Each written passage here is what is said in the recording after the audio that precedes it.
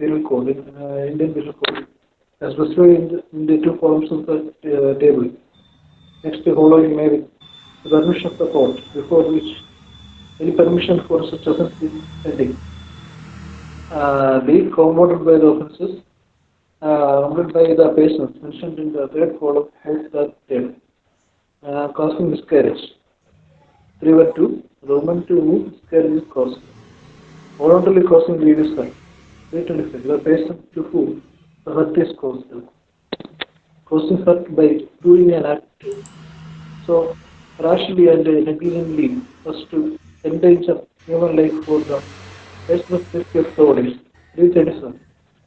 The person to whom the hurt is caused, causing grievous hurt മതി മതി by മതി doing നോക്കൂ.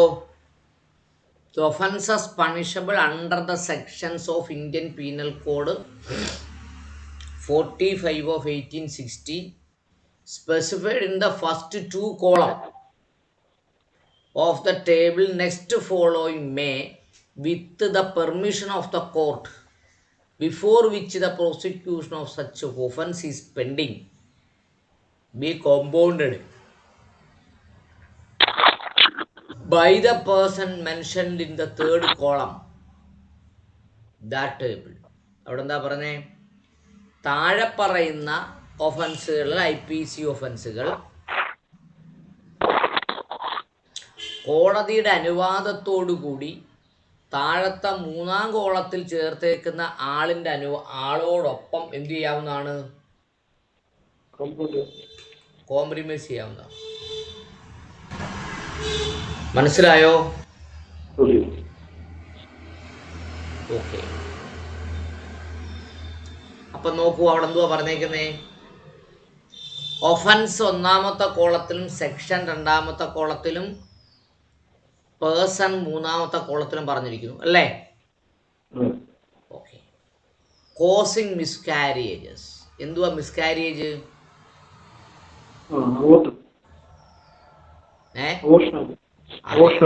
അതെ, മിസ്കാരിയേജ് ചെയ്യുക, അബോർഷൻ.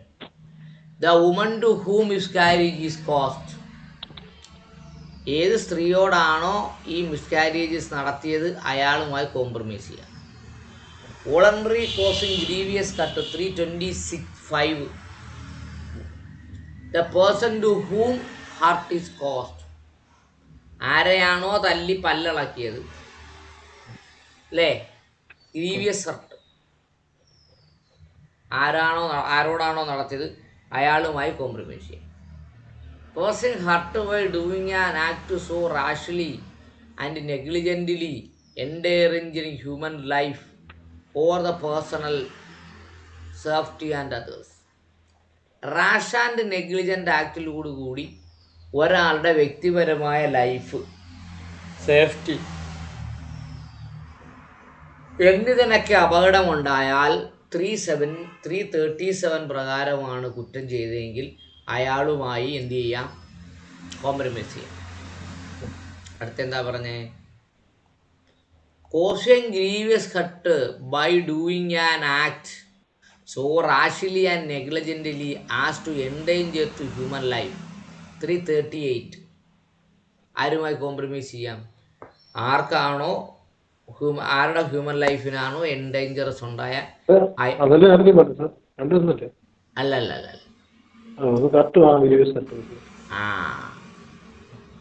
കോസിങ് ഹർട്ട് രണ്ടാമത്തത് ഗ്രീവിയസ് ഹർട്ട് 337, രണ്ടാമത്തെ 338.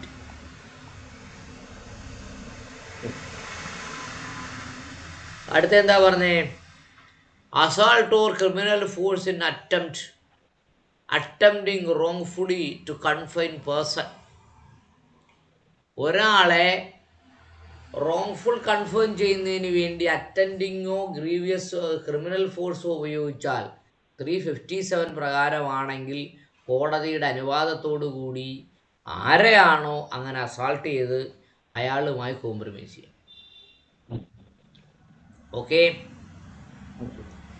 Theft by clerk, servant, property in possession of master 381 പ്രകാരം clerk theft നടത്തിയാൽ അല്ലെങ്കിൽ സെർവൻറ്റ് തെഫ്റ്റ് നടത്തിയാൽ ഓണർക്ക് കോംപ്രമൈസ് ചെയ്യാം. 381. ഓക്കെ. ഇതിലൊരു കണ്ടിന്യൂഷൻ എന്ന് പറഞ്ഞിട്ട് കണ്ടിന്യൂഷൻ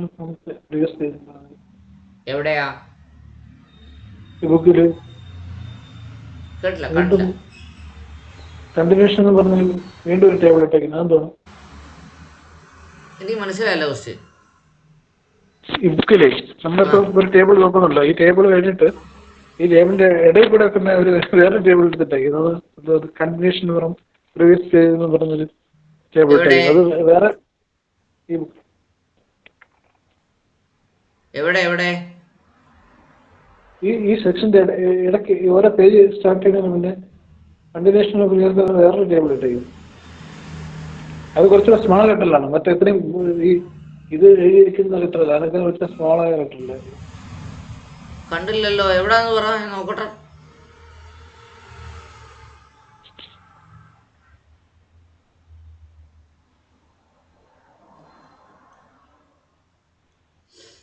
ആ സ്ഥലം പരമം പറയണേ. ഇല്ല, ആ സ്ഥലം കഴിഞ്ഞോ? അല്ല, സാറിന് അങ്ങനെ ഉണ്ടോ അറിയാൻ വേണ്ടി വെച്ചു. എനിക്ക് ഇതിലിങ്ങനെ കാണുന്നു. ഇല്ല, ഇതിനകത്ത് കാണുന്നില്ല. ആ, ചീറ്റിംഗ് എ പേഴ്സൺ. അടുത്തത് പറയുന്നത് ചീറ്റിംഗ് അല്ലേ? Cheating a person whose interest of offender was bound either by law or by legal contract. അങ്ങനെ ഒരാളെ ചീറ്റ് ചെയ്താൽ ലീഗലി ബൗണ്ട് ആണെങ്കിലോ ലീഗൽ കോണ്ടാക്റ്റിൽ പെടുന്ന ആളോ ചീറ്റ് ചെയ്താൽ ആ ചീറ്റ് ചെയ്ത വ്യക്തിക്ക് കോംപ്രമൈസ് ചെയ്യാം. 420. Cheating and dishonestly inducing delivery of property or making alteration and destruction of the valuable security. 420 പ്രകാരമാണെങ്കിലും കോംപ്രമൈസ് ചെയ്യാം, അതും വ്യക്തിയോടൊപ്പം. Marrying again during the lifetime of the husband or wife of marriage. അതറിയാമല്ലോ, marriage നടത്തിയാലേ ഇപ്പോൾ കുഴപ്പമുള്ളൂ, adultery ആണെങ്കിൽ കുഴപ്പമില്ല.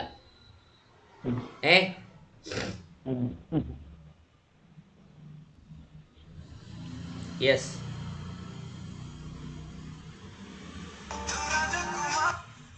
അടുത്തത് defamation against president or vice president or governor of a state or administrator of union territory or minister in respect of his public function when instituted upon the complaint made in the public prosecutor. ഇപ്പോൾ defamation നടത്തിയാൽ ആ ഡിഫമേഷനുമായി ബന്ധപ്പെട്ട് case കൊടുക്കുന്നത് public prosecutor ആണെന്നാണ് പറയുന്നത്. Public പ്രോസിക്യൂട്ടർക്ക് ആറ് നിർദ്ദേശം കൊടുക്കും? കളക്ടർ നിർദ്ദേശം കൊടുക്കും. കളക്ടർക്കാർ നിർദ്ദേശം കൊടുക്കും, നിയമസഭയിൽ നിന്ന് അല്ലെങ്കിൽ മന്ത്രിമാർ നിർദ്ദേശം കൊടുക്കും. അതിൻ്റെ അടിസ്ഥാനത്തിലാണ് എന്ത് ചെയ്യുന്നത്, ഗവർണർക്കോ പ്രസിഡന്റിനോ വൈസ് പ്രസിഡന്റിനോ അല്ലെങ്കിൽ മന്ത്രിമാർക്കോ എതിരെയൊക്കെ ഡിഫമേഷൻ വന്നാൽ എന്ത് ചെയ്യുക, കേസെടുക്കുക. അപ്പം ഇത്തരം കേസുകൾ ആരും ഡിഫമേഷൻ കേസുകൾ ആരും അങ്ങനെ കൊടുക്കാറില്ല. കാര്യം എന്താ, മറ്റേ ആൾ ഭരണത്തിൽ കയറുമ്പോൾ എവർക്കും കുറ്റം പറയണമല്ലോ, പറയണ്ടേ? ഇതൊരു കള്ളനും പോലീസും കളിയല്ലേ, 5 വർഷം കൂടുമ്പോൾ. അടുത്ത് uttering words or sounds or making gestures exhibiting any object intending insult the modesty of women, interrupting upon the privacy of women. ഒരു പെണ്ണിൻ്റെ സ്വകാര്യതയിലേക്ക് കയറി ചെന്നിട്ട് അവളെ മോശവൽക്കരിക്കാൻ, അവരുടെ സ്ത്രീത്വത്തെ നശിപ്പിക്കുന്നതിന് വേണ്ടി ഒരാൾ എന്ത് ചെയ്താൽ, മോഡസ്റ്റി ഔട്ട്റേജ് ചെയ്താൽ, 509 പ്രകാരം ഒരു കുറ്റം ചെയ്താൽ, the woman whom it was intended to insult or whose privacy was interrupted അപ്പോൾ, ആരുടെ പ്രൈവസിയിലാണോ ഇൻട്രപ്റ്റ് ചെയ്തത് അതിൽ നിന്നും എന്ത് ചെയ്യാം, അവരുമായി കോംപ്രമൈസ് ചെയ്യാം. ഇത്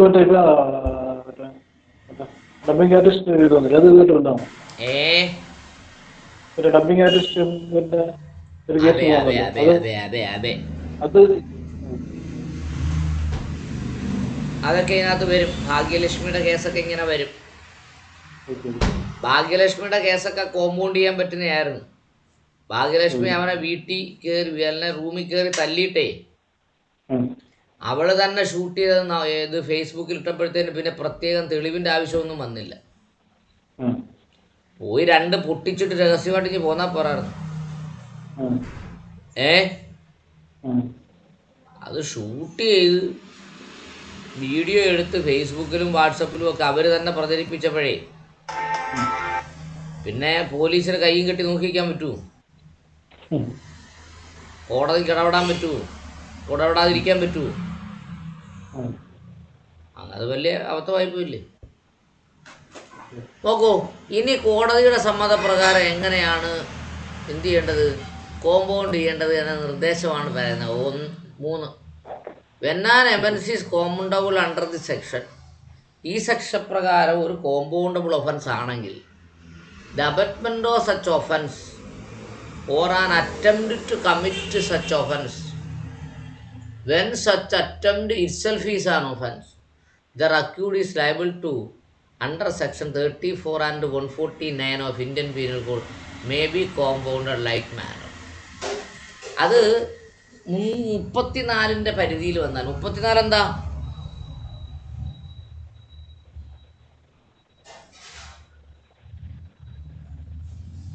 ജോയിന്റ് ലയബിലിറ്റി. ഇപ്പോൾ ഒന്നിലധികം പേരാണ് ചെയ്തതെങ്കിൽ അങ്ങനെ 149-ലും പറഞ്ഞിരിക്കുന്ന പോലെയാണെങ്കിൽ അത് എന്ത് ചെയ്യാം, ആ പറഞ്ഞിരിക്കുന്ന രീതിയിൽ കോമ്പൗണ്ട് ചെയ്യാം.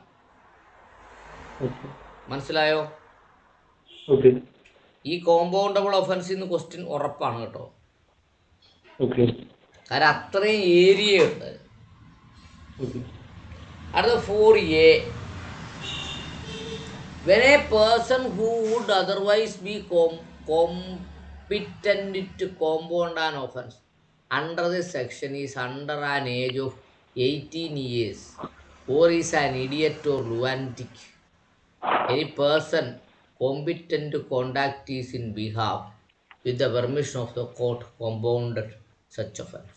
അപ്പോൾ ഈ മുകളിൽ പറഞ്ഞ ഇഡിയറ്റോ ലുനാറ്റിക്കോ 18 വയസ്സിന് താഴെയോ ഉള്ള ആൾക്കെതിരെയാണ് കുറ്റം ചെയ്തതെങ്കിൽ കോടതി വെക്കുന്ന ഗാർഡിയനോടെ മാത്രമേ എന്ത് ചെയ്യാൻ പറ്റൂ, കോമ്പൗണ്ട് ചെയ്യാൻ പറ്റൂ. കോടതിയുടെ പെർമിഷനോട് കൂടി മാത്രമേ കോമ്പൗണ്ട് ചെയ്യാൻ പറ്റൂ. മനസ്സിലായോ? അടുത്ത B, when the person who would otherwise be competent to compound an offense under this section is dead, the legal representative is defined in the Code of Civil Procedure 1908, 5 of 1908. Such person may, with the consent of the court, compound it. ആരുമായിട്ടാണോ compound ചെയ്യേണ്ടത്, അയാൾ മരിച്ചുപോയി, witness മരിച്ചു പോയാൽ, അപ്പോൾ ഈ ആർക്കെതിരെയാണോ ഒരു കുറ്റം ചെയ്യുന്നത് അയാൾ ഫസ്റ്റ് വിറ്റ്നസ് ആണ് കേട്ടോ. അപ്പോൾ ഫസ്റ്റ് വിറ്റ്നസ് അങ്ങ് മരിച്ചു പോയാൽ എന്ത് ചെയ്യും, അയാളുടെ ലീഗൽ ഹെയറുമായി കോമ്പൗണ്ട് ചെയ്യും. CPC പ്രകാരം ലീഗൽ ഹെയറിനെ പറയുന്നുണ്ടല്ലോ. ഒരാൾ മരിച്ചു പോയാൽ ഭാര്യയും മക്കളുമാണ് ലീഗൽ ഹെയർ. അവരില്ലെങ്കിൽ ആണ് അടുത്ത ആൾക്കാർ ലീഗൽ ഹെയർ ആവുന്നത്. അപ്പോൾ അങ്ങനെയുള്ളവരെ വെച്ച് എന്ത് ചെയ്യും, കോമ്പൗണ്ട് ചെയ്യും. അടുത്തത് 5, when the accused has been committed for trial, അത് ട്രയലിലേക്ക് പോയാൽ, or when he has been convicted and an appeal is pending, അയാളെ ശിക്ഷിച്ചു, അപ്പീൽ പെൻഡിങ് ആണെങ്കിൽ, no compositions for the offense shall be allowed without the leave of the court to which he is committed. ആ commit ചെയ്ത കോടതിയുടെ അനുവാദമില്ലാതെ ഒരു കേസും compromise ചെയ്യത്തില്ല. As the case may be before the appeal is heard. ഏത് കോടതിയിലാണോ appeal pending ഇരിക്കുന്നത് ആ കോടതിയുടെ പ്രൊസീജിയർ അനുസരിച്ച് മാത്രമേ എന്ത് ചെയ്യുള്ളൂ, കോംപ്രമൈസ് ചെയ്യുന്നുള്ളൂ. മനസ്സിലായോ? അപ്പോൾ ശിക്ഷിച്ച് കഴിഞ്ഞ് അപ്പീൽ പെൻഡിങ് ആണെങ്കിലും കോംപ്രമൈസ് ചെയ്യാം. Okay, yes. ശിക്ഷിച്ചു കഴിഞ്ഞാൽ ജാമ്യം എടുത്തിട്ട് അപ്പീൽ കൊടുക്കുകയാണല്ലോ. ശിക്ഷ അനുഭവിച്ചു കഴിഞ്ഞാൽ പറ്റത്തില്ല.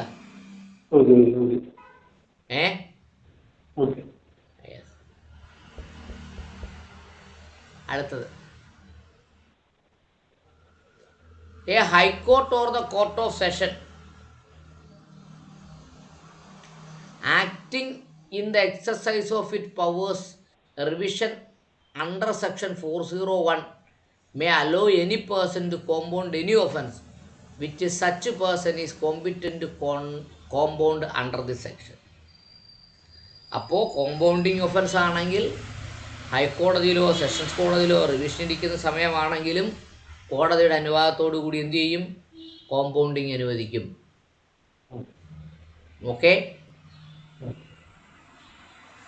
അടുത്തത്, no offence shall be compounded if the accused is by reason of previous conviction.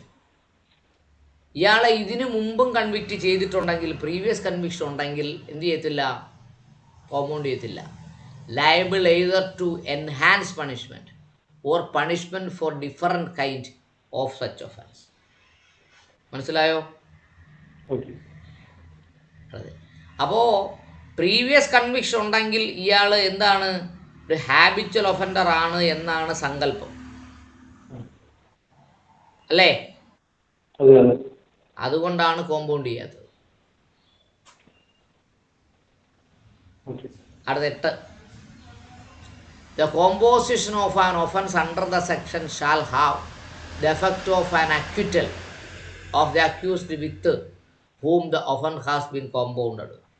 അങ്ങനെ കോമ്പൗണ്ട് ചെയ്യുമ്പോൾ അതിൻ്റെ കോമ്പോസിഷനൊക്കെ പരിഗണിച്ചുകൊണ്ട് എന്തായിട്ട് പരിഗണിക്കും, അക്വിറ്റലായി പരിഗണിക്കും. മനസ്സിലായോ? No offence shall be compound except as provided by this section. ഈ സെക്ഷനിൽ പറഞ്ഞിരിക്കുന്ന പോലെ അല്ലാതെ ഒരു ഒഫൻസും എന്ത് ചെയ്യത്തില്ല, കോമ്പൗണ്ട് ചെയ്യത്തില്ല. യെസ്. അത് എന്തെങ്കിലും വായിച്ചിട്ട് എന്തെങ്കിലും സംശയം ഉണ്ടോ ചോദിച്ചേ?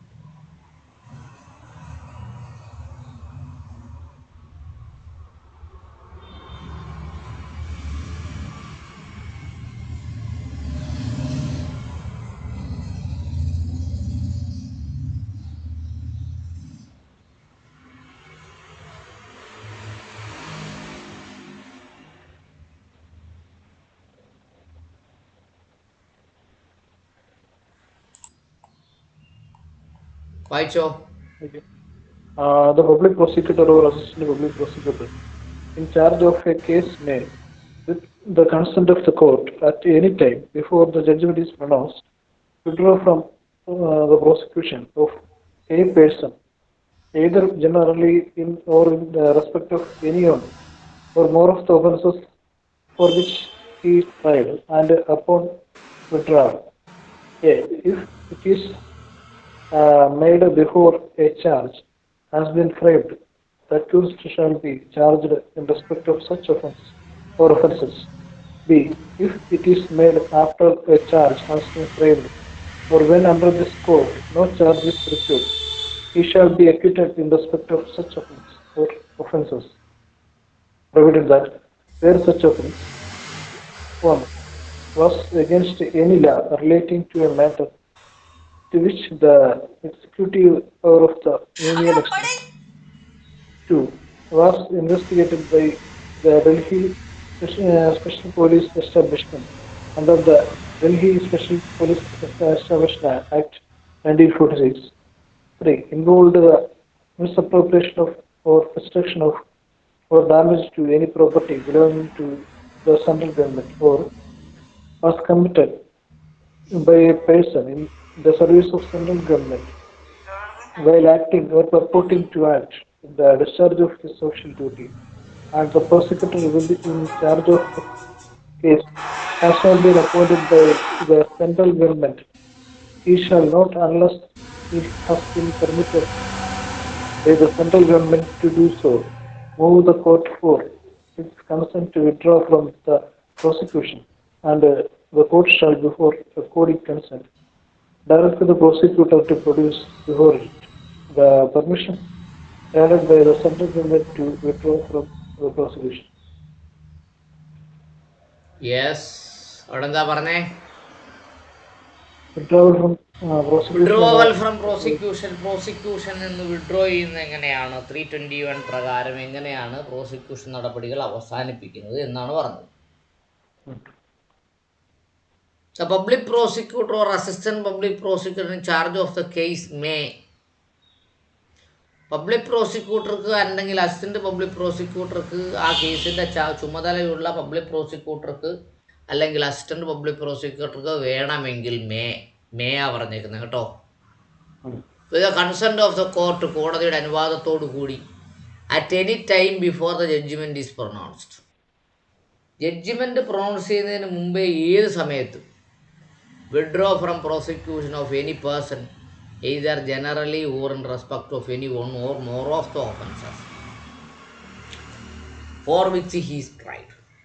എല്ലാ കുറ്റങ്ങളിൽ നിന്നും പ്രോസിക്യൂഷന് പിൻവാങ്ങാം, അല്ലെങ്കിൽ ഏതെങ്കിലും ഒരു കുറ്റത്തിൽ നിന്ന് കോടതിയുടെ അനുവാദത്തോടു കൂടി ജഡ്ജ്മെൻറ്റ് പറയുന്നതിന് തൊട്ട് മുമ്പേ വരെ എവിടെ നിന്ന് പിൻവാങ്ങാം? പ്രോസിക്യൂഷനിൽ നിന്ന് പിൻവാങ്ങാവുന്നതാണ്, അല്ലേ? ആൻഡ് അപ്പോൺ സച്ച് വിഡ്രോവൽ, അങ്ങനെ വിഡ്രോവൽ ചെയ്യുന്ന സമയത്ത് താഴെ പറയുന്ന നിബന്ധനകൾ പാലിക്കണം. 1. If it is made before the charge has been framed. എപ്പോഴാണ് ചെയ്യേണ്ടത്? ചാർജ് ഫയൽ ചെയ്യുന്നതിന് മുമ്പാണെങ്കിൽ, ഫ്രെയിം ചെയ്യുന്നതിന് മുമ്പാണെങ്കിൽ, the accuse shall be discharge in respect of such offence. അക്യൂസിനെ എന്ത് ചെയ്യും? അതിൽ നിന്ന് ഡിസ്ചാർജ് ചെയ്യും. ഓക്കെ, അടുത്തത് if it is made after a charge has been framed. Charge frame ചെയ്യുന്നതിന് മുമ്പാണ് പിൻവലിക്കുന്നതെങ്കിൽ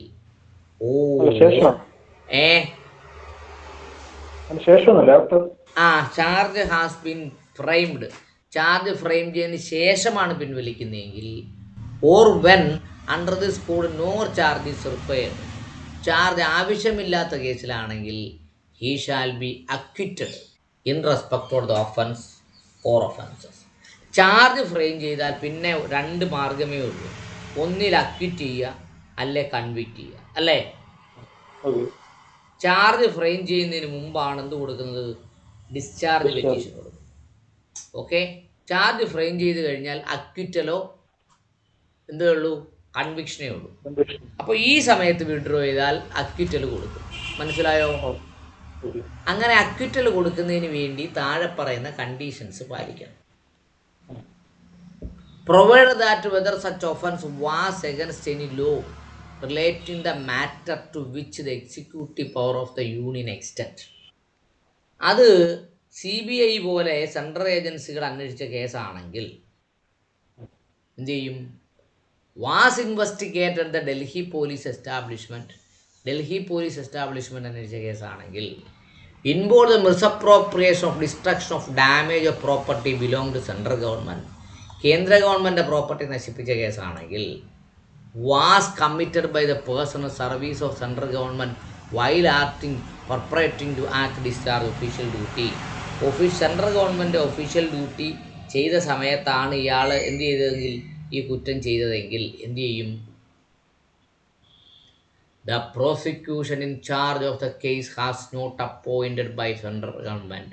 അതിലെ പ്രോസിക്യൂട്ടറെ അപ്പോയിൻമെൻറ്റ് ചെയ്തിട്ടില്ലെങ്കിൽ he shall not, unless he has permitted by central government to do so. Central government അങ്ങനെ അനുവദിച്ചിട്ടില്ലെങ്കിൽ അയാൾക്ക് എന്ത് ചെയ്യാൻ പറ്റത്തില്ല? വിഡ്രോ ചെയ്യാൻ പറ്റില്ല. withdraw. Okay. Move the court for the consent. എന്നിട്ട് എന്ത് ചെയ്യണം? കോടതിയുടെ കൺസെൻറ്റിന് വേണ്ടി മൂവ് ചെയ്യണം. From the prosecution of the court shall. അങ്ങനെ കോടതിയുടെ കൺസെൻറ്റിന് വേണ്ടി പോവുകയും കോടതി നിർബന്ധമായി ബിഫോർ അക്കോർഡിംഗ് ദ കൺസെൻറ്റ് പ്രകാരം direct the prosecutor to produce before it permission granted by the central government to withdraw from prosecution. അങ്ങനെ സെൻട്രൽ ഗവൺമെൻറ് പെർമിഷനുണ്ട് എന്ന് പറഞ്ഞുകൊണ്ട് കോടതിയുടെ മുമ്പിൽ പോയാൽ ആ പ്രോസിക്യൂഷനിൽ നിന്നും പിൻവാങ്ങാവുന്നതാണ്, കോടതി അനുവദിച്ചാൽ. മനസ്സിലായോ? Okay.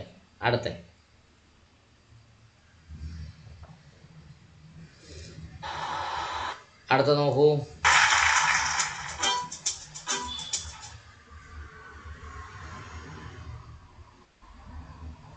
അത് 343 sir.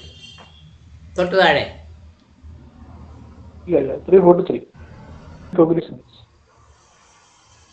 Procedure of magistrate taking cognisance അല്ലേ? അതെ. 1. A magistrate to whom a complaint is made under section 340 or section 341 shall not sending anything contained in chapter 15 proceed as far as may be to try deal with the case as if it were instituted on a police report. അവിടെ എന്താ പറഞ്ഞേക്കുന്നേ? Procedure of magistrate taking cognizance. Magistrate എങ്ങനെയാണ് cognizance എടുക്കുന്നത്?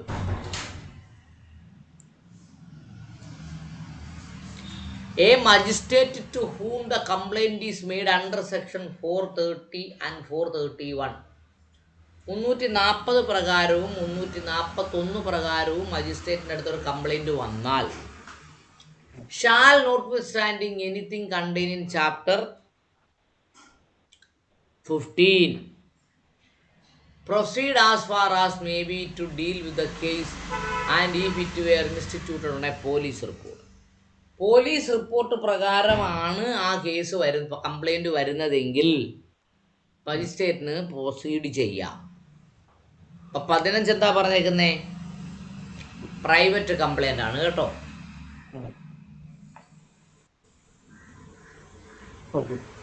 മനസ്സിലായോ?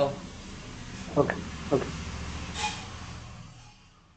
2. Where it is brought to the notice of such magistrate or of any other magistrate to whom the case may have been transferred, that an appeal is pending against the decision arrived at in the judicial proceeding out of which the matter has arisen, he may, if he thinks fit, at any stage adjourn the hearing of the case until such appeal is decided. അവിടെ എന്താ പറഞ്ഞേക്കുന്നേ? Where it is brought the notice of the magistrate. Notice മജിസ്ട്രേറ്റിൻ്റെ ശ്രദ്ധയിൽപ്പെട്ടാൽ, എന്ത് പെട്ടാൽ? Or any of the other magistrate to whom the case have been transferred. ആ case മറ്റൊരു മജിസ്ട്രേറ്റിലേക്ക് ട്രാൻസ്ഫർ ചെയ്താൽ that an appeal is pending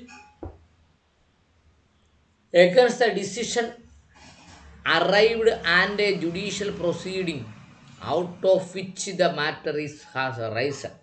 എവിടെ എന്താ പറഞ്ഞേക്കുന്നത്? അപ്പീൽ പെൻഡിങ് ആണെങ്കിൽ ഒരു ജുഡീഷ്യൽ പ്രൊസീഡിങ്സിൽ ആണ് നിലനിൽക്കുന്നതെങ്കിൽ ഹി മേ ഇഫ് തിങ്ക് വിറ്റ് at any stage adjourn the hearing of the case until appeal is decide. Okay, എന്ത് ചെയ്യണം? അപ്പീൽ ഡിസൈഡ് ചെയ്യുന്നത് വരെ എന്ത് ചെയ്യണം? അത് അഡ്ജേൺ ചെയ്ത് വെക്കണം. അത് ലോവർ കോടതിയിൽ പോയാൽ അറിയാം. എന്താണെന്നറിയാമോ? ഒരു സിവിൽ കേസുമായോ ക്രിമിനൽ കേസിൻ്റെയോ നടപടിക്രമങ്ങൾ നടക്കുമ്പോൾ അവിടെ ഹൈക്കോടതിയിൽ കേസ് നിലവിലുണ്ടെന്നോ ജില്ലാ കോടതിയിൽ സെഷൻസ് കോടതിയിൽ നിലവിലുണ്ടെന്നോ പറയുകയാണെങ്കിൽ ആ കേസ് അവിടെ ഓർഡർ വരുന്നത് വരെ എന്ത് ചെയ്യും? അഡ്ജേൺ ചെയ്തു. പ്രൊഡ്യൂസ് ദ ഓർഡർ എന്ന് പറയുന്ന ഒരു ഡയറക്ഷൻ കൊടുത്തിട്ട് കേസ് മാറ്റി.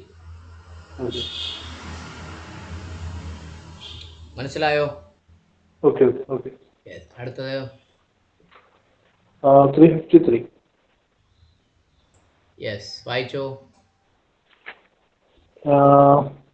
The judgment in every trial in any criminal court of original jurisdiction shall be pronounced in open court by the presiding officer immediately after the termination of the trial, or at some subsequent time of which notice shall be given to the parties or their pleaders. A. By delivering the whole of the judgment, or reading out of the whole of the judgment, or C. The reading out of the operative part of the judgment and explaining the substance of the judgment in a language which is understood by the accused or his pleader. എന്താ പറഞ്ഞേക്കുന്നേ? Judgment അങ്ങനെ പറയണോ? Judgment 1, 2, 3, 4, 5, 6, 7, 8 subsection ഉണ്ട് judgment. Okay. 353(1) പറയുന്നത് judgment in every trial in any criminal court or original jurisdiction shall be pronounced in the open court by proceeding officer immediately after the termination of the trial or at the some subsequent time of which notice shall be given to the parties to their pleaders. അവിടെ ഇത്രേ പറയുന്നുള്ളൂ. Trial കഴിഞ്ഞാൽ ഉടനെ ഒരു പ്രത്യേക ദിവസം fix ചെയ്തിട്ട് judgement പറയണം. ജഡ്ജ്മെൻറ്റ് പറയുമ്പോൾ പ്ലീഡേഴ്സ്, 2 പാർട്ടിയുടെ പ്ലീഡറിനും എന്ത് ചെയ്യണം? നോട്ടീസ് കൊടുക്കണം. ഈ നോട്ടീസ് എങ്ങനെയാണ് കൊടുക്കുന്നത്? ഇന്ന ദിവസം വിധി പറയും എന്ന് പറയും ഓപ്പൺ കോടതിയിൽ. അപ്പോൾ 2 വക്കീലന്മാരും കേൾക്കും, കക്ഷികളും കേൾക്കും. അതാണ് നോട്ടീസ്. മനസ്സിലായോ?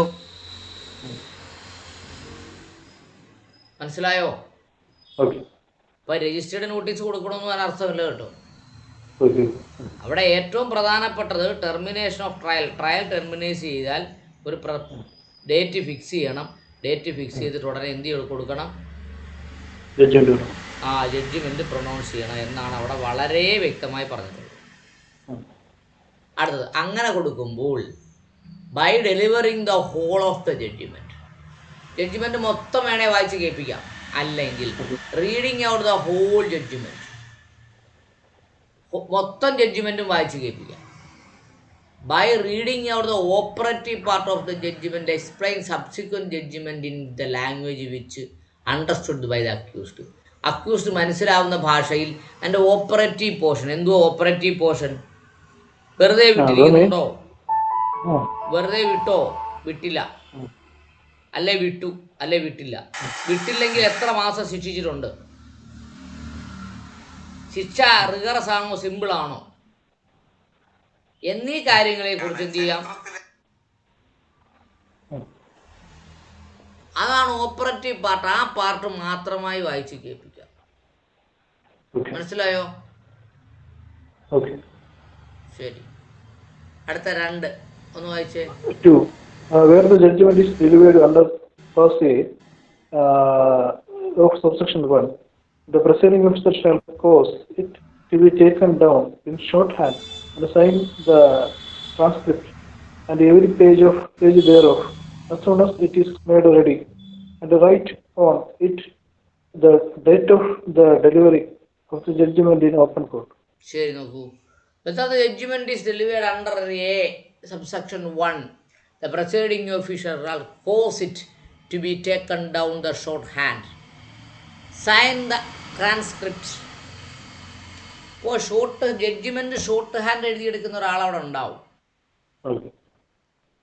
ആ എഴുതി തരുന്നതിൻ്റെ താഴെ എന്ത് ചെയ്യണം? സൈൻ ചെയ്യണം. എവരി പേജ്, ഒരു പേജിലല്ല, എല്ലാ പേജിലും. അല്ലേ?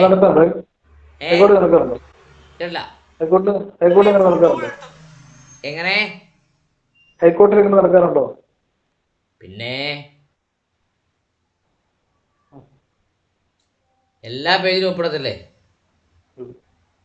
അല്ല, മെയിൻ അല്ല, ഞാൻ ഈ ഷോർട്ട് ഹാൻഡ് വരുന്നതിൽ ഒപ്പിടുമെന്ന് ചോദിച്ചത്. പിന്നെ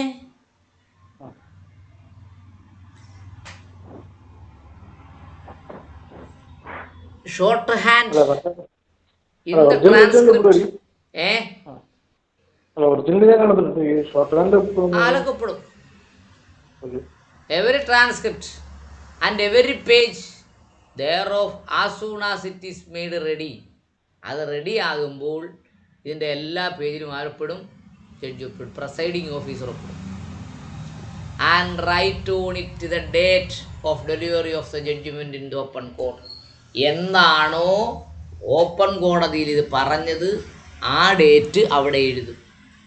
മനസ്സിലായോ? ആ 3 വായിച്ചേ.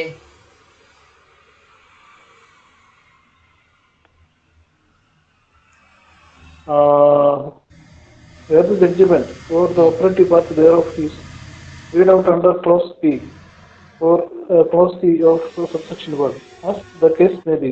It shall be dated and signed by the presiding officer in open court, and if it is not written with his own hand, every page of judgment shall be signed by him.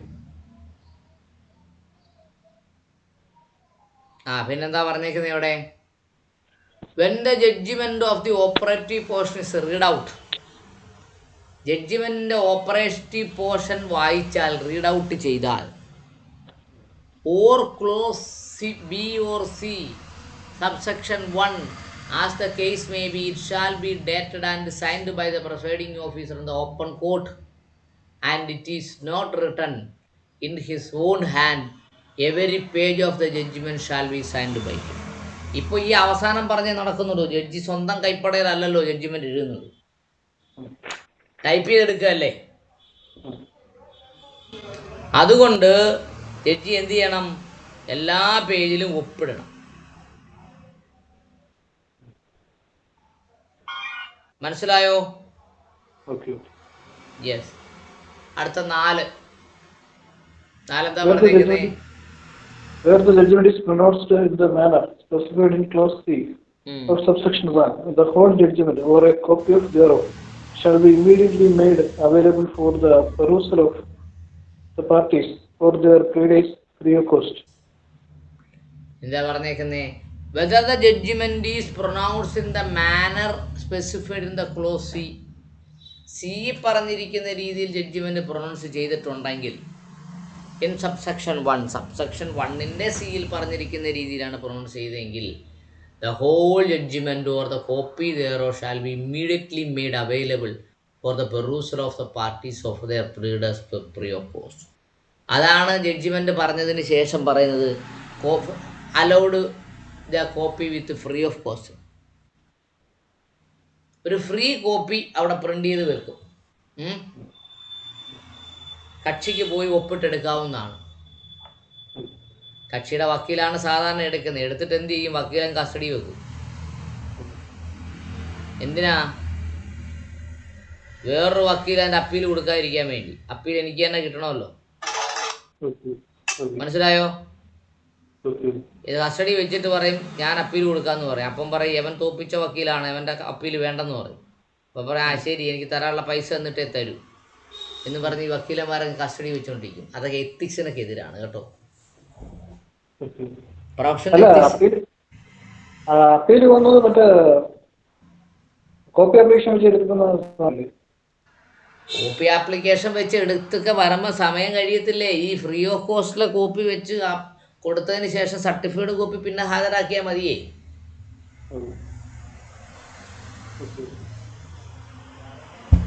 അപ്പൊ അത്രയും സമയം delay ആക്കണ്ടേ?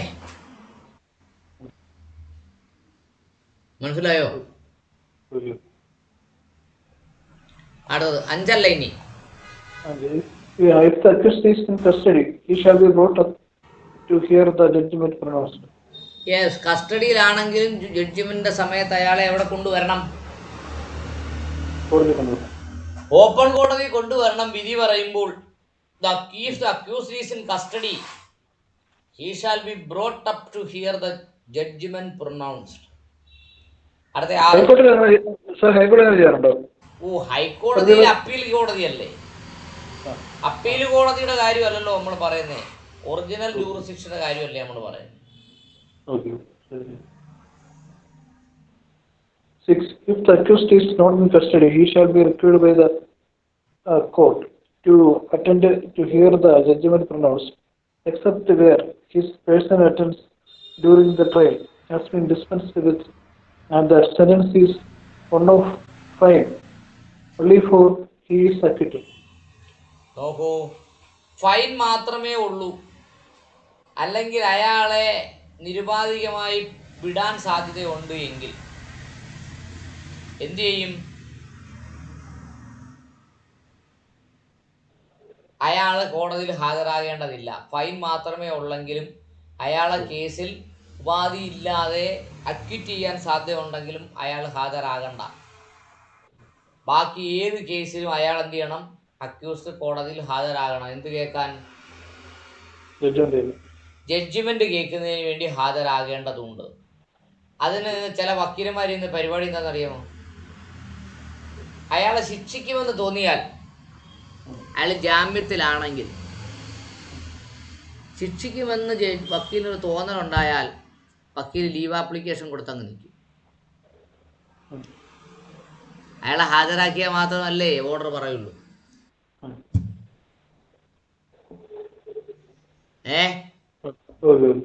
അപ്പോൾ 2-3 തവണ leave application കൊടുക്കുമ്പോൾ judicial ഓഫീസർക്ക് തോന്നും. അപ്പോൾ judicial officer ശിക്ഷിക്കാൻ വേണ്ടി ഇരിക്കുന്ന ജുഡീഷ്യൽ ഓഫീസർ ആണെങ്കിൽ ഇയാളെ അറസ്റ്റ് വാറണ്ട് പുറപ്പെടുവിക്കും. Arrest and produce. Arrest warrant വന്നാൽ ഉറപ്പാണ് ശിക്ഷിക്കും. മനസ്സിലായോ? അങ്ങനെ വരുന്ന സാഹചര്യത്തിൽ അപ്പീൽ കൊടുക്കാൻ സമയം വേണം. ആ സമയം വരെ ജാമ്യം അനുവദിക്കണമെന്ന് പറഞ്ഞുകൊണ്ട് 2 ജാമ്യക്കാരെ കൊണ്ട് ചെന്ന് പേപ്പറെല്ലാം റെഡിയാക്കി വെക്കും. ഓക്കെ? ശിക്ഷിച്ച ഓർഡർ പറയുമ്പം തന്നെ അപ്പോഴേ എന്ത് മൂവ് ചെയ്യും? യെസ്, അപ്പീൽ അങ്ങ് മൂവ് ചെയ്യും.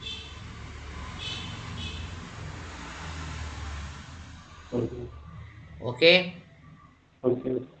ശരി.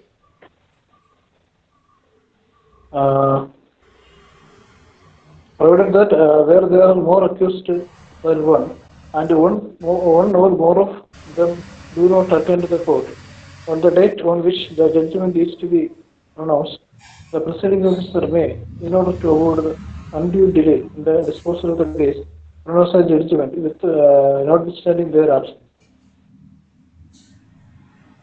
യെസ്. നോക്കൂ, എന്താ പറഞ്ഞേക്കുന്നേ? എന്നിരുന്നാലും ഒന്നിൽ കൂടുതൽ അക്യൂസ്ഡ് ഉണ്ടെങ്കിൽ എന്ത് ചെയ്യണം? അതിൽ ഒരാൾ വന്നിട്ടില്ലാത്ത കേസാണെങ്കിൽ ജഡ്ജിമെന്റ് പറയും, ഡിലേ വരാതിരിക്കാൻ വേണ്ടി പറയും. യെസ്, അയാളുടെ ആബ്സെൻസ് പരിഗണിക്കാതെ എന്ത് ചെയ്യും? ജഡ്ജിമെന്റ് പറയും. അയാളെ ശിക്ഷിക്കാനുള്ള ആളാണെങ്കിൽ എന്ത് ചെയ്യും? അയാളെ അറസ്റ്റ് ആൻഡ് പ്രൊഡ്യൂസ് പറയും. മനസ്സിലായോ? യെസ്. അടുത്തത് വായിക്കൂ. No judgment delivered by any criminal court shall be deemed to be invalid by reason only of the absence of any party or his freedom on the day or from the place notified for the delivery thereof, or of any omission to serve or defect in serving on the parties on their play days, or any of them the notice of such day and place. Yes, അവിടെ എന്തോ പറഞ്ഞേക്കുന്നേ? No judgment delivered by criminal court shall be deemed to invalid. Criminal കോടതി പറയുന്ന judgment invalid ആകത്തില്ല. എന്തുകൊണ്ടാ? By the reason only of the absence of parties or his pleader on the day or for from which the place notified for delivery of thereof. Judgment delivery ചെയ്യാൻ വെച്ചേക്കുന്ന ദിവസം കക്ഷിയോ കക്ഷിയുടെ വക്കീലോ വന്നില്ല എന്ന ഒറ്റ കാരണം കൊണ്ട് മാത്രം ജഡ്ജിമെന്റ് ഇൻവാലിഡ് ആകുന്നില്ല. Or of any omission to serve the defect in serving. അത് സെർവ് ചെയ്യുന്നതിന് വേണ്ടിയോ ഡിഫക്റ്റ് ഉണ്ടാവുകയോ അല്ലെങ്കിൽ സെർവ് ചെയ്തില്ല എന്ന കാരണം കൊണ്ടോ ജഡ്ജിമെന്റ് ഇൻവാലിഡ് ആകുന്നില്ല. On the parties or their pleader. ആർക്ക്? പാർട്ടിക്ക് കൊടുത്തില്ല അല്ലെങ്കിൽ പ്ലീഡർക്ക് കൊടുത്തില്ല എന്ന കാരണം കൊണ്ട് ജഡ്ജിമെന്റ് ഇൻവാലിഡ് ആവത്തില്ല. ഓർ എനി ഓഫ് ദം, മുകളിൽ പറഞ്ഞ ഏതെങ്കിലും ഒരു കാരണം കൊണ്ടോ അല്ലെങ്കിൽ എല്ലാ കാരണങ്ങളും ഒരുമിച്ച് വന്നാലോ ശരി തന്നെ എന്താകില്ല, ജഡ്ജിമെൻറ്റ് ഇൻവാലിഡ് ആകില്ല. മനസ്സിലായോ? Okay. ഓക്കെ, പിന്നെന്താ അവിടെ പറഞ്ഞേക്കുന്നേ? Nothing in this section shall be construed to limit ആ in any way the extent of the provisions of section 465. 465 പ്രകാരമുള്ള extension, nothing in the shall be constituted to limit to any way എക്സ് in the provision of 465. 465 എന്ന provision ഇങ്ങനെ extend ചെയ്ത് കൊണ്ടുപോകാൻ ഇവിടെ അനുവദിക്കത്തില്ല. എന്ന് പറഞ്ഞാൽ ലീവ് കൊടുത്ത് 3 കൂടുതൽ ലീവ് കൊടുത്തിട്ട് ജഡ്ജ്മെൻറ്റ് പ്രൊണൗൺസ് ചെയ്യാതെ നമുക്ക് തടഞ്ഞു നിർത്താൻ പറ്റത്തില്ലെന്ന്. Okay. മനസ്സിലായോ? Okay. ഇനി ഏതാ വായിച്ചേ? Except as otherwise expressly provided by this code, every judgment referred to in section 353 A shall be written in the language of the court. B shall contain the point or points of determination, the decision thereon, and the reasons for the decision. C shall specify the offence of which and the sections of the Indian Penal Code or other law under which the accused is convicted and punished, and the punishment if he is sentenced. D if it is if which be a judgment of acquittal shall state the offence of which the accused is acquitted and direct that he be set at liberty. നോക്കൂ, expect as otherwise expressly provided by the code every judgment referred in section 353 shall the following. പ്രത്യേകിച്ച് ഒരു ജഡ്ജിമെൻറ്റിനെ കുറിച്ച് എവിടെങ്കിലും പ്രത്യേകമായി പറഞ്ഞിട്ടില്ലാത്ത സാഹചര്യത്തിൽ judgement താഴെ പറയുന്ന ഘടകങ്ങൾ ഉണ്ടായിരിക്കണം. മനസ്സിലായോ? Okay. Except as otherwise expressly provided by this code, every judgment referred under 353 R shall be written in the language of the court. കോടതിയുടെ ലാംഗ്വേജ് ഏതാ? English. ഇംഗ്ലീഷ്. കോടതി ഭാഷയിൽ വേണം ജഡ്ജിമെൻ്റ് എഴുതാൻ. Shall contain the point or points for determination, the decision thereon and the reason for decision. ഏത് പോയിന്റിലാണ് തീരുമാനമെടുത്തത് എന്നറിയണം. Shall contain the point or points for determination, ഏത് പോയിന്റിലാണ് കോടതി ഒന്നുകിൽ ശിക്ഷിച്ചത് അല്ലെങ്കിൽ വെറുതെ വിട്ടത്, ഏത് പോയിന്റിലാണെന്നറിയണം. ദ ഡിസിഷൻ thereof, അതിനു വേണ്ടിയുള്ള തീരുമാനം എന്താണെന്നറിയണം. റീസൺ ഫോർ സച്ച് ഡിസിഷൻ, ആ ഡിസിഷനിലേക്ക് എത്തുന്നതിന് വേണ്ടിയുള്ള സാഹചര്യം എന്താണെന്നും ജഡ്ജിമെൻറ്റിൽ പറഞ്ഞിരിക്കണം. മനസ്സിലായോ? Okay.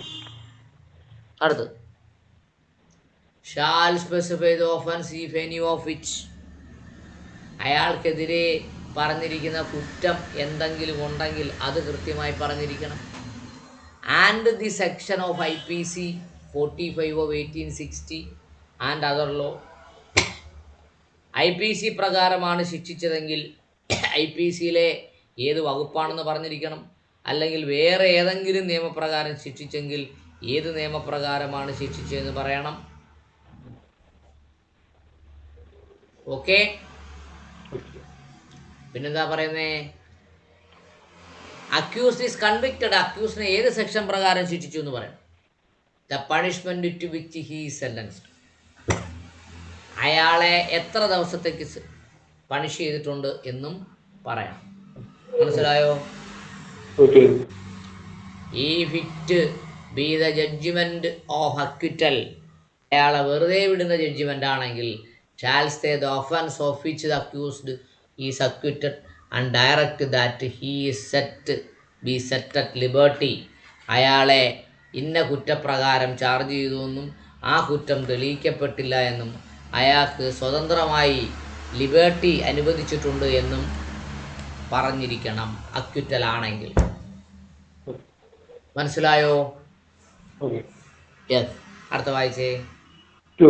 When the conviction is under Indian Penal Code Act 1860 and it is doubtful under which of two sections or under which of two parts of the same section.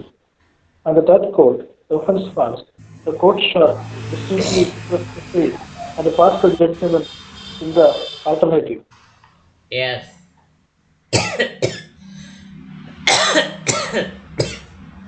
അവിടെ എന്താ പറഞ്ഞിരിക്കുന്നേ? When the conviction is under Indian Penal Code, 1860 45 നിയമമായ Indian penal code പ്രകാരമാണ് അയാളെ ശിക്ഷിച്ചിരിക്കുന്നതെങ്കിൽ, and it is doubtful under which of the two sections, രണ്ട് സെക്ഷനിൽ ഏത് section പ്രകാരമാണ് ശിക്ഷിച്ചതെന്ന് ഡൗട്ട്ഫുൾ ആണെങ്കിൽ, or under such two parts of the same section, ഒരേ സെക്ഷൻ്റെ ഒന്നിലധികം ഭാഗങ്ങളിൽ ഏതുകൊണ്ടാണ് ശിക്ഷിച്ചിരിക്കുന്നത് ഡൗട്ട്ഫുൾ ആണെങ്കിൽ, of that code offence called, അല്ലെങ്കിൽ ഏത് നിയമത്തിലെ ഒഫൻസിനാണ് ശിക്ഷിച്ചതെങ്കിൽ, the court shall distinctly express the same. വളരെ വ്യക്തമായി പറഞ്ഞിരിക്കണം ഏത് സെക്ഷൻ പ്രകാരം ആണ് ശിക്ഷിക്കുന്നത്, ഏത് സെക്ഷൻ്റെ ഏത് ഉപവകുപ്പ് പ്രകാരമാണ് ശിക്ഷിക്കുന്നത് എന്ന് വളരെ വ്യക്തമായി പറഞ്ഞിരിക്കണം. And pass the judgment in alternative. മനസ്സിലായോ?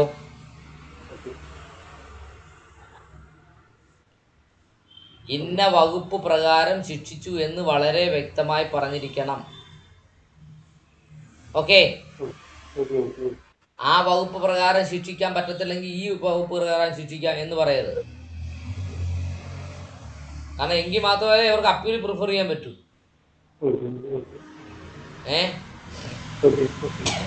Sentence not to be vague. ശിക്ഷ എന്താകരുത്? അവ്യക്തമാവരുത്.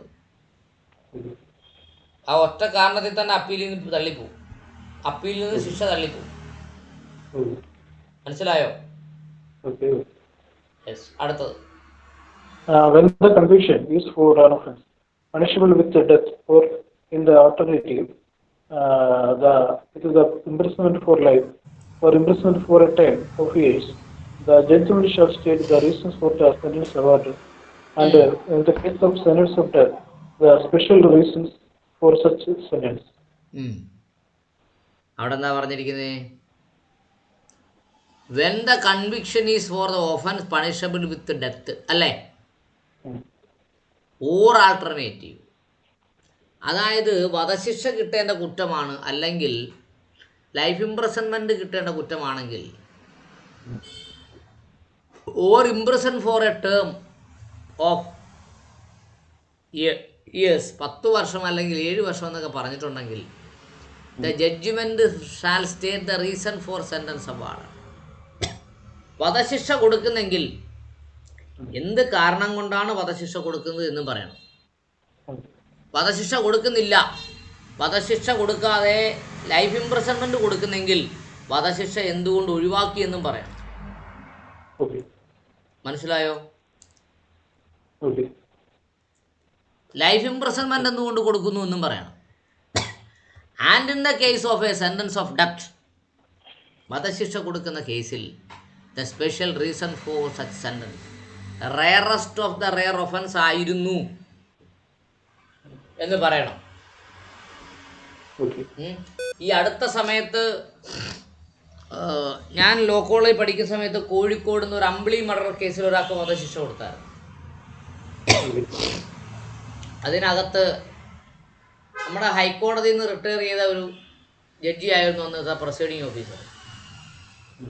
ഓക്കെ? അപ്പോൾ അദ്ദേഹം അതിനകത്ത് 2-3 റീസൺ പറഞ്ഞായിരുന്നു. ഒന്ന്, മോഷണം. 2, ആ പെൺകുട്ടിയുടെ ശരീരത്തുണ്ടായിരുന്ന സകല ആഭരണവും കൊലുസ് പോലും എടുത്തുകൊണ്ട് പോയി. 2, ആ പെൺകുട്ടിയെ റേപ്പ് ചെയ്തു. അത് റേപ്പ് ചെയ്തത് 3 തവണയോ 4 തവണയോ കണ്ട് റേപ്പ് ചെയ്യുന്നതാണ് പറയുന്നത്. ആ പെണ്ണിൻ്റെ വായിൽ തുണിയൊക്കെ തിരികെ വെച്ചിട്ട്. ആ 4ാമത്തെ തവണ റേപ്പ് ചെയ്തപ്പോൾ ഇതിന് മുമ്പേ അവൾ മരിച്ചുപോയി. ശവത്തിനെ പോലും റേപ്പ് ചെയ്യുന്നു. മനസ്സിലായോ? ആ മരിച്ചത് കഴുത്ത് ഞെരിച്ച് കൊന്ന് ഇത് തുണിയൊക്കെ വായി തിരികെ കയറ്റുകയോ മൂക്ക് പൊത്തി പിടിക്കുകയോ ഒക്കെ ചെയ്ത് ശ്വാസം മുട്ടിയാണ് ആ പെൺകുട്ടി മരിച്ചു പോകുന്നത്. അങ്ങനെ മരിച്ചുകൊണ്ടിരിക്കുമ്പോൾ പോലും അവൻ ഈ റേപ്പ് നിർത്തിയിട്ടില്ല എന്നാണ് പറയുന്നത്. മെഡിക്കൽ റിപ്പോർട്ട് അങ്ങനെ പറയുന്നത്. അതിന് ശേഷം ആ വീട്ടിൽ ആളില്ലായിരുന്നു. ഈ പെൺകുട്ടി ഒറ്റയ്ക്കേ ഉണ്ടായിരുന്നുള്ളൂ. അച്ഛനും അമ്മയൊക്കെ ജോലിക്ക് പോയി. അപ്പോൾ ഈ പെൺകുട്ടി മാത്രമേ ഉള്ളൂ. സ്കൂളിൽ പോകുന്ന സമയത്ത് അവൻ അകത്ത് കയറിയിട്ട് സ്കൂളിൻ്റെ ഡ്രസ്സ് ഇട്ടുകൊണ്ടിരിക്കുന്ന സമയത്ത് അങ്ങോട്ട് അവൻ അകത്ത് കയറി. അങ്ങപ്പോൾ അവന് വൈകിട്ട് 5 മണി വരെ സമയം ഉണ്ടായിരുന്നേ. അപ്പോൾ അവന് ഈ സിറ്റുവേഷനൊക്കെ മനസ്സിലാക്കി വന്ന ആളാണ്, ഒരു അകന്ന ബന്ധുവാണ്. എന്നിട്ട് അവൻ അവിടുന്ന് കുളിച്ച് ഡ്രസ്സൊക്കെ മാറി പരമാവധി തെളിവുകൾ നശിപ്പിച്ചു. അങ്ങനെ ചെയ്തതുകൊണ്ട് അത് rarest of the rare offence ആണ് എന്ന് മാത്രമല്ല, ആ ജഡ്ജി ഒരു സെൻറ്റൻസ് അതിൽ കുറിച്ചിരുന്നു. ആ മരിച്ച പെൺകുട്ടിയുടെ ജീവനേക്കാൾ അത്ര പ്രഷ്യസ് ഒന്നും അല്ല ഈ കുറ്റവാളിയുടെ ജീവനം. മനസ്സിലായോ? 9ാം ക്ലാസ്സിൽ പഠിക്കുന്ന ആ പെൺകുട്ടി മരിച്ചുപോയി. ആ പെൺകുട്ടിയുടെ വിദ്യാഭ്യാസത്തിൻ്റെ ട്രാക്ക് റെക്കോർഡ് നോക്കുകയാണെങ്കിൽ ക്ലാസ്സിലെ ഫസ്റ്റായിരുന്നു. ക്ലാസ്സിലെ ഫസ്റ്റ് എന്ന് മാത്രമല്ല, ജില്ലയിൽ തന്നെ മാർക്കിന് ഫസ്റ്റായിരുന്നു കേട്ടോ. കോഴിക്കോട് ജില്ലയിൽ തന്നെ ആ ഡിവിഷനിൽ 9ാം ക്ലാസ്സിൽ. യവനെന്ന് പറഞ്ഞാൽ നിരവധി മോഷണ കേസിലെ പ്രതിയുമാണ്. അപ്പോൾ ആ പെൺകുട്ടിയുടെ ജീവനേക്കാൾ അത്രത്തോളം പ്രഷ്യസ് ഒന്നും അല്ല ഈ കുറ്റവാളിയുടെ ജീവിതം. അതുകൊണ്ട് അവനെ യാതൊരു കാരണവശാലും എന്ത് ചെയ്യരുത്, ജീവിക്കാൻ അനുവദിക്കരുത് എന്നാണ് ജുഡീഷ്യൽ ഓഫീസർ അതിൽ കുറിച്ചിട്ടുള്ളത്. ആ ജഡ്ജിമെൻറ്റ് എൻ്റെ കയ്യിൽ എവിടെ ഇരിപ്പുണ്ട്. അമ്പിളി മർഡർ കേസ്. എനിക്ക് അന്നേ ഈ ക്രിമിനൽ ലോയോട് വലിയ താല്പര്യം ഉണ്ടായിരുന്നു. അതുകൊണ്ട് ഇങ്ങനെയുള്ള ജഡ്ജിമെൻ്റൊക്കെ ഞാൻ പോയി എടുത്തുകൊണ്ട് വരുന്നത് പഠിക്കാൻ. മനസ്സിലായോ? ഇപ്പോൾ അത് ഹൈക്കോടതി ജീവപര്യന്തമായിട്ട് കുറച്ചു.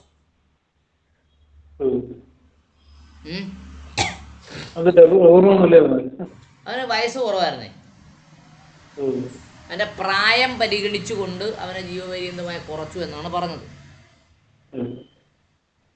അവൻ ഭയങ്കര മോഷണമായിരുന്നു കേട്ടോ.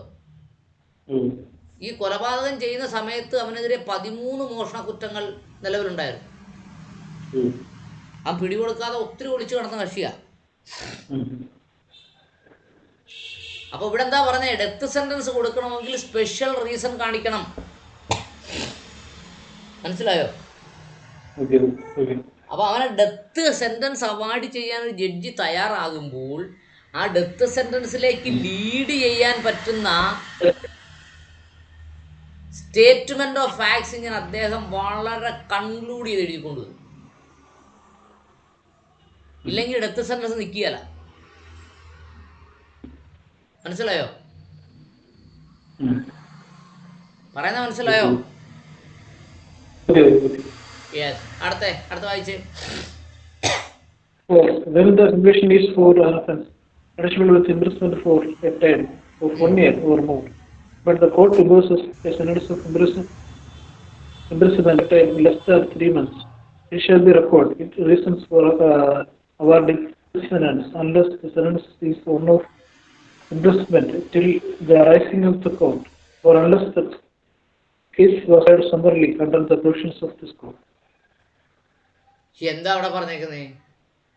When the conviction of an offense punishable with imprisonment for a term of 1 year or more, 1 year വരെ ഉള്ള ശിക്ഷ ആരാ കൊടുക്കുന്നേ? മജിസ്ട്രേറ്റ് ആണ് 1 year വരെയുള്ള കൊടുക്കാൻ അദ്ദേഹത്തിനാണ് പവർ ഉള്ളത്, അല്ലേ? But the court imposes a sentence of not less than 3 months. 1 വർഷം വരെ പരമാവധി കൊടുക്കാമായിരുന്നു. കോടതി എത്രയേ കൊടുത്തുള്ളൂ? 3 മാസമേ കൊടുത്തുള്ളൂ. എങ്കിൽ it shall record its reason for awarding such a sentence.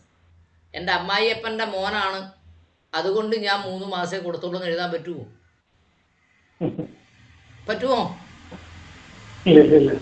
ഇല്ല.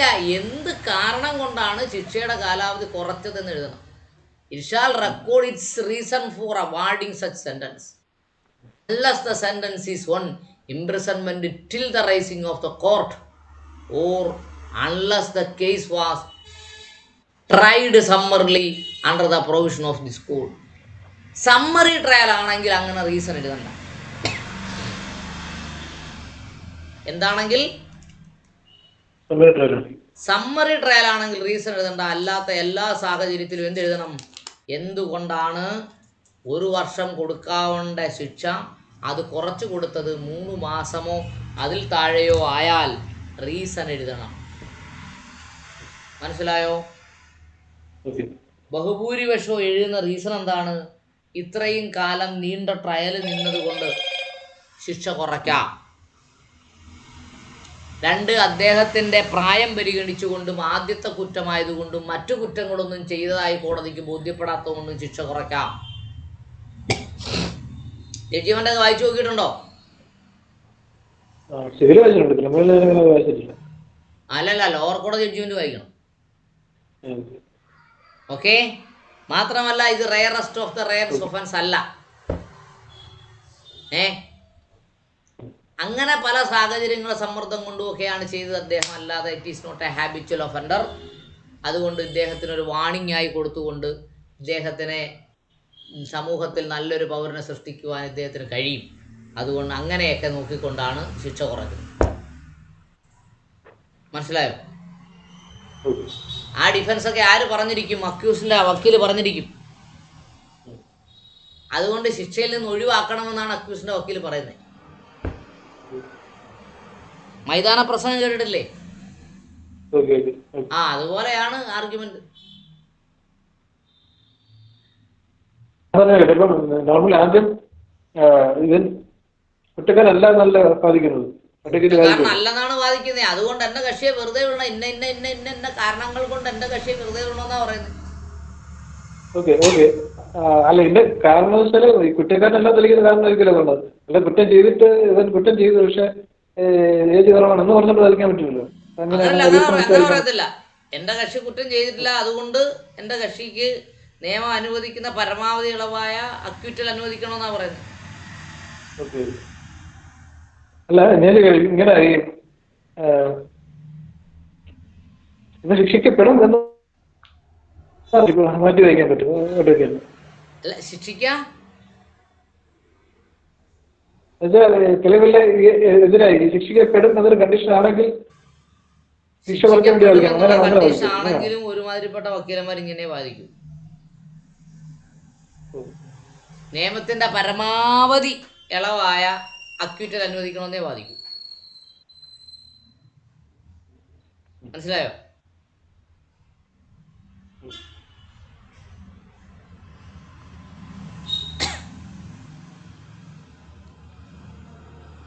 യെസ്, അടുത്ത വായിച്ചേ.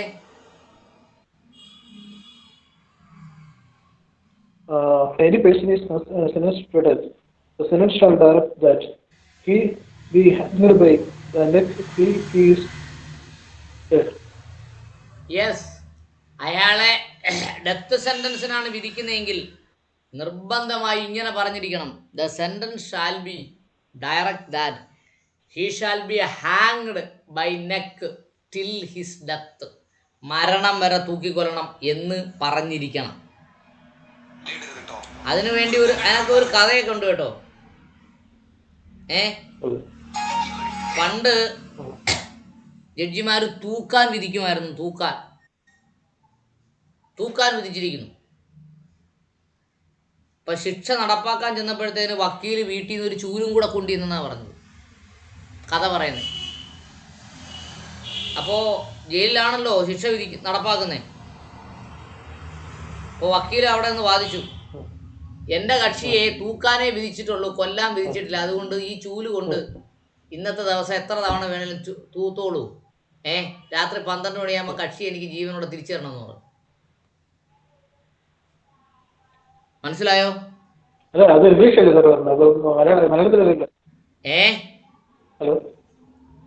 അന്നൊക്കെ നിർബന്ധം കാണത്തില്ലല്ലോ. ഇതൊക്കെ കഥയല്ലേ, യഥാർത്ഥ സംഭവമൊന്നുമില്ലല്ലോ.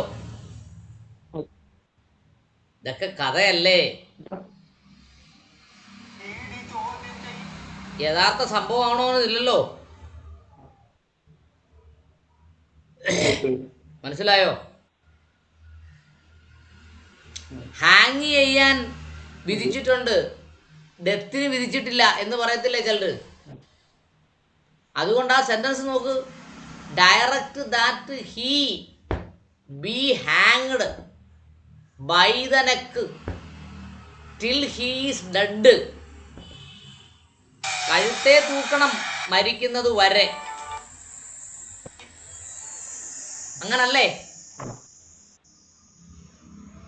തൂക്കാൻ വിധിച്ചിരിക്കുന്നു എന്ന്, അല്ലെങ്കിൽ ഹാങ് ടിൽ ഹിസ് ഡെത്ത് എന്ന് വിധിച്ചിരിക്കുന്നു കരുതുക.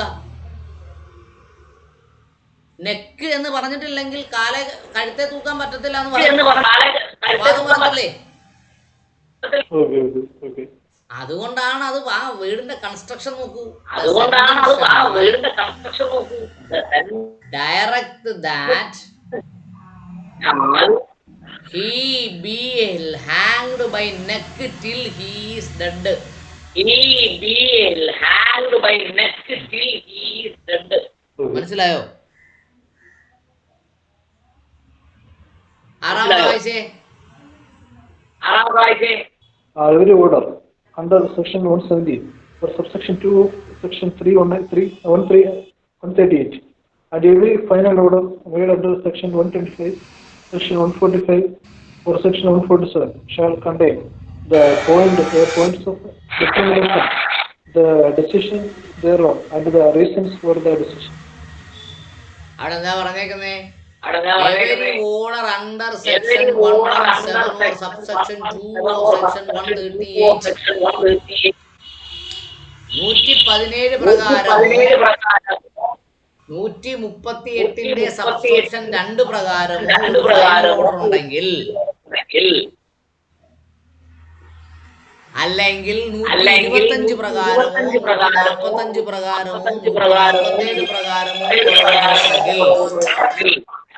ഓർഡർ ഉണ്ടെങ്കിൽ shall contain the point for determination. ഏത് പോയിന്റ് പ്രകാരമാണ് തീരുമാനമെടുത്തത് എന്ന് പറഞ്ഞിരിക്കണം. മനസ്സിലായോ? Point for determination is there, the decision thereof. അതിലെടുക്കുന്ന തീരുമാനവും അതിലുണ്ടായിരിക്കണം. thereof and the reason for decision. Point for determination ഉണ്ടായിരിക്കണം, ഡിസിഷൻ ഉണ്ടായിരിക്കണം, റീസൺ ഫോർ ഡിസിഷൻ.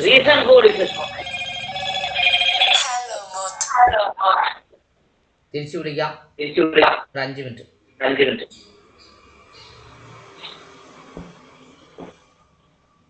മനസ്സിലായോ? Okay.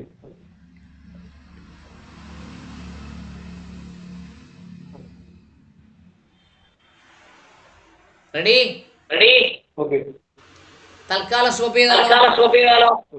സാർ ഞാൻ ക്വസ്റ്റ്യൻ നോക്കിയിരുന്നു സാർ. പ്രോബ്ലം നോക്കിയിരുന്നു. നമുക്ക് ഒരു 3 കഴിഞ്ഞ് തുടങ്ങാം. ഓക്കെ ശരി. Okay sir.